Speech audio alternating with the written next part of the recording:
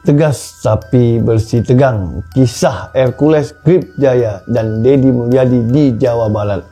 Di tahun 2025, suasana politik di Jawa berat makin panas. Di tengah hiruk-pikuk itu berdiri tiga tokoh kuat, Gabriel Alexander Etioli, sang pemimpin muda Grip Jaya, Jawa Barat, Hercules, tokoh senior yang disegani di kalangan ormas, dan Kang Deddy Mulyadi, sang pemimpin tegas yang kini digadang-gadang jadi gubernur Jawa Barat. Berikutnya, Grip Jaya berkembang cepat kayak roket yang meluncur ke langit. Dengan target 1 juta anggota di 2028, mereka serius membangun kekuatan di bawah arahan Gabriel, didampingi tokoh gaya seperti Hercules.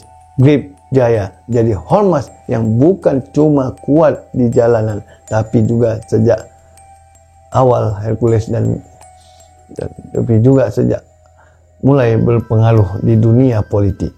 Sejak awal Hercules dan Grip Jaya mendukung langkah-langkah Deddy Mulyadi, apalagi waktu Kang Deddy berani turun langsung membongkar tambang-tambang ilegal dan menggusur bangunan liar yang merusak lingkungan. Ini baru pemimpin, bukan cuma omong doang, kata Hercules. Suatu sore sambil menghisap rokok di base camp Grip Jaya di pinggiran Bandung, mereka kagum karena Deddy bukan tipe pejabat yang cuma foto-foto doang di lokasi. Dia benar-benar kerja tanpa banyak basa-basi. Kang Deddy datang ke lokasi, lihat pelanggaran, langsung ambil tindakan. Preman-preman berseragam yang ormas yang nyusahin rakyat harus diberesin. Begitu teriak Kang Deddy di saat orasi di depan warga Cianjur.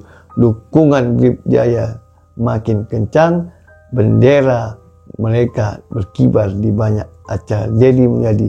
Masa Grip ikut mengamankan kegiatan, bahkan kadang membantu sosialisasi program-program Kang Deddy. Semuanya terlihat harmonis di permukaan, tapi namanya politik tak selamanya langit cerah. Masuk ke pertengahan tahun 2025, mulai muncul gesekan kecil.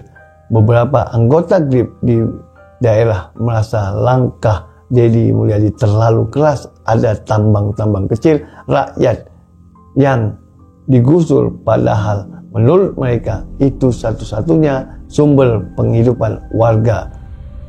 Kalau semua dihantam tanpa kompromi, rakyat kecil juga yang susah, kata salah satu pengurus Grip di Sukabumi.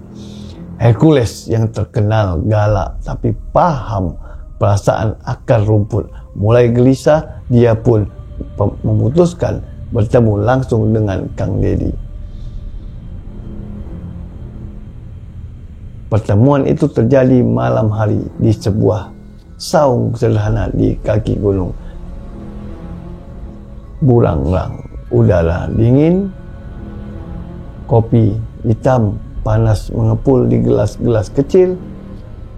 Aku dukung kau, Deddy, tapi jangan sampai rakyat kecil malah jadi korban, ujar Hercules dengan nada berat.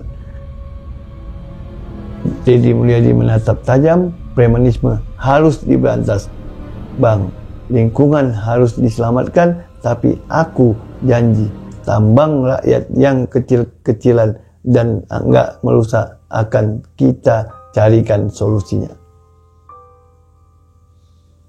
Malam itu mereka saling berdebat, kadang tegang, kadang tertawa, tapi satu yang jelas, dua pria keras ini sama-sama peduli dengan rakyat.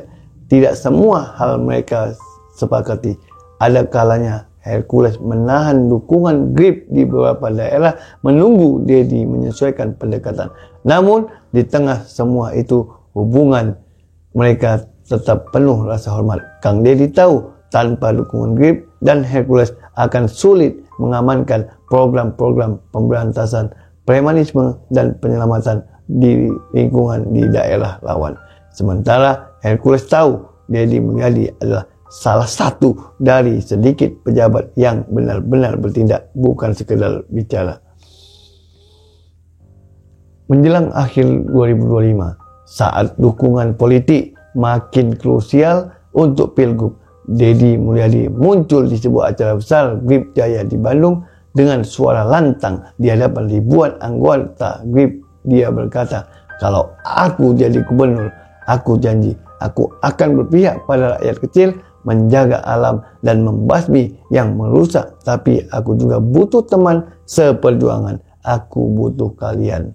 Hercules dari di atas panggung hanya mengangguk kecil, sorot matanya tajam, tapi di balik tatapan keras itu ada secercah percaya. Hubungan mereka seperti baja yang ditempa api, kadang panas, kadang dingin, tapi makin kuat. Takut kita tetap tegak dengan kepala dingin, tapi dada membusung. Semua anggota GRIP mengangguk, ada yang mengepalkan tangan, ada yang menahan air mata karena semangat membara.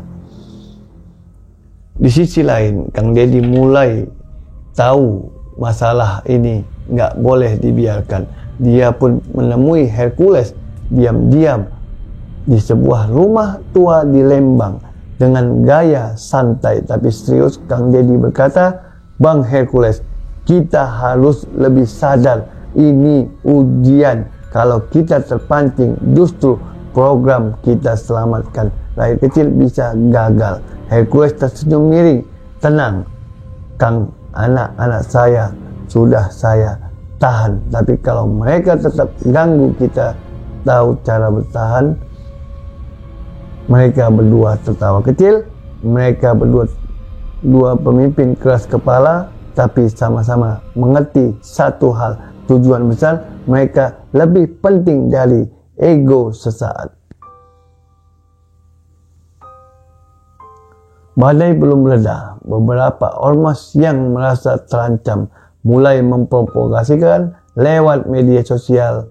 Mereka menyebar fitnah, mengatakan GRIP Jaya cuma cari proyek dan Deddy Mulyadi cuma cari pencitraan. Tapi Hercules dan Gabriel Alexander Edwioli sudah mempersiapkan langkah mereka, membentuk tim-tim kecil bukan untuk menyerang tapi untuk menguatkan basis sosial.